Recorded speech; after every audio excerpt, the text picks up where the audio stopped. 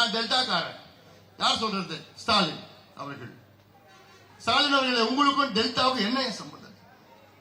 உங்க அப்பா அங்கிருந்து கிளம்பி சென்னைக்கு போனார், அவ்வளவுதான் சம்பந்தம். எந்த சம்பந்தம் இருக்கு? இதெல்லாம் பாதுகாக்கப்பட்ட வேளாண் மண்டலமா அறிவிச்சதுக்கு காரணம் யாரும் தெரியுமா உங்களுக்கு? இந்த அன்புமணி ராமதாஸ். அதை நான் பெருமை கொள்கிறேன். அறிவிச்சது எடப்பாடி பழனிசாமி முதலமைச்சர், அறிவிக்க வச்சது இந்த அன்புமணி ராமதாஸ்.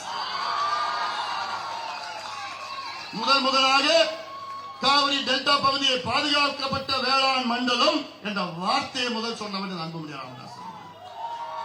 எத்தனை போராட்டம், எத்தனை ஆர்ப்பாட்டம், எத்தனை விழிப்புணர்வு பிரச்சாரம், நடைபயணம், மாநாடுகள், நடைபயணம் எல்லாமே நான் பண்ணேன்.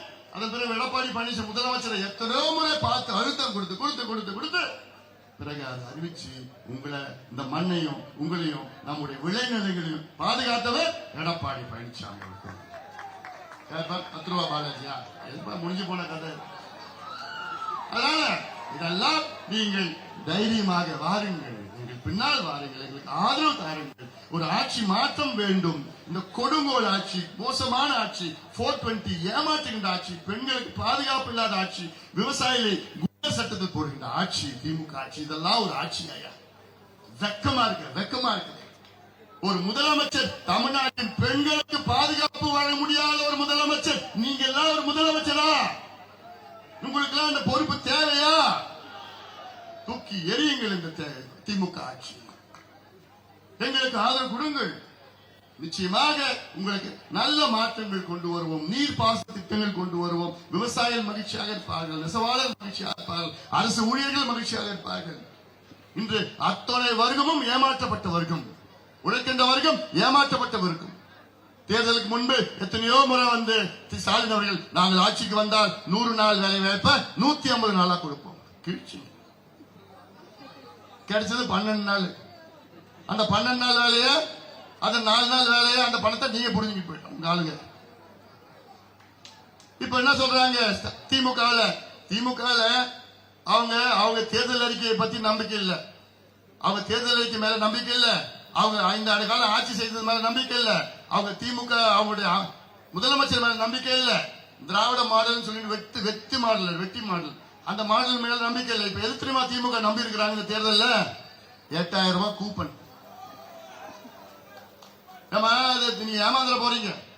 8000 ரூபாய் கூப்பன் என்ன? அது ஒரு பேப்பர், காகிதம். ஸ்டாலின் சொல்றாரு, நாங்கள் ஆட்சிக்கு வந்தால் 8000 ரூபாய் கூப்பன் கொடுப்போம். ஸ்டாலின் அவர்களே, 5 ஆண்டு காலம் உங்க ஆட்சி தான் நடந்தது. உங்க ஆட்சியுடைய பெருமைகளை பத்தி ஓட்டு கேளுங்க, சொல்லி ஓட்டு கேளுங்க, நீங்க செஞ்ச சாதனையை பத்தி ஓட்டு கேளுங்க. இதன் பிறகு நீங்க 8000 ரூபாய் கூப்பன் என்பது ஒரு பேப்பர், ஒரு காகிதம். அந்த கூப்பன் நீங்க வாங்கணும்னா நீங்க திமுக கட்சிக்காரன் 3000 லஞ்சம் கொடுக்கணும். அப்படி அதுக்கு மீறியும் அந்த கூப்பன் திமுக குடும்பத்துக்கு மட்டும் தான் கொடுப்பான், உங்களுக்கு தான் கிடைக்காது. ஆனால் எடப்பாடி பழனிசாமி என்ன சொல்றாரு? நான் 10,000 ரூபாய் பணம் உங்க வங்கி கணக்குல நேரடியா உங்களுக்கு நான் போடுறேன். ஸ்டாலின் சொல்றாரு 8000 ரூபாய் கூப்பன், எடப்பாடி பழனிசாமி சொல்றாரு 10,000 ரூபாய் பணம். 8000 ரூபாய் பெருசா, 10,000 ரூபாய் பெருசா? அதனால எல்லாம் ஏமாறாது. எதுக்கு நான் சொல்றேன்னா, ஏமாந்துற போது கூடவே ஒரு ஃப்ரிட்ஜ் தரேன்னு சொல்லிருக்காரு எடப்பாடியா. அதனால இதெல்லாம் நீங்க சிந்திங்க. ஒரு மாற்றம் வர வேண்டும். போதுங்க, கொள்ளடிச்சது, நாசப்படுத்தியது, இங்க எல்லாம் கலவரம் உருவாக்கி, பிரச்சனை உருவாக்கி, வளர்ச்சி இல்லாத, நேர்மையை இல்லாத ஒரு ஆட்சி திமுக ஆட்சியை அகற்றுங்கள். என்னுடைய அன்பு தம்பி அன்பு சோழன் ஒரு மருத்துவர், ஒரு டீசென்டான ஒரு இளைஞர், நல்ல ஒரு இளைஞர், நேர்மையானவர், ஒரு பாரம்பரிய குடும்பத்தில் பிறந்திருக்கின்றார். இந்த பகுதி மக்களுக்கு தொடர்ந்து சேவை செய்கின்ற, உங்களுக்கு தெரிந்த, உங்களுக்கு அறிமுகமான, நீங்கள் கூப்பிட்ட குரலுக்கு ஓடோடி வர இருக்கின்ற நம்முடைய வெற்றி வேட்பாளர் அன்பு தம்பி அன்பு சோழன் அவர்களை மாம்பழம் சின்னத்தில் வாக்களித்து அவரை வெற்றி பெற செய்யுமாறு உங்கள் எல்லோரையும் பணியோடு பாசத்தோடு கேட்டுக்கொண்டு நன்றியோடு விடைபெறுகின்றேன். நன்றி.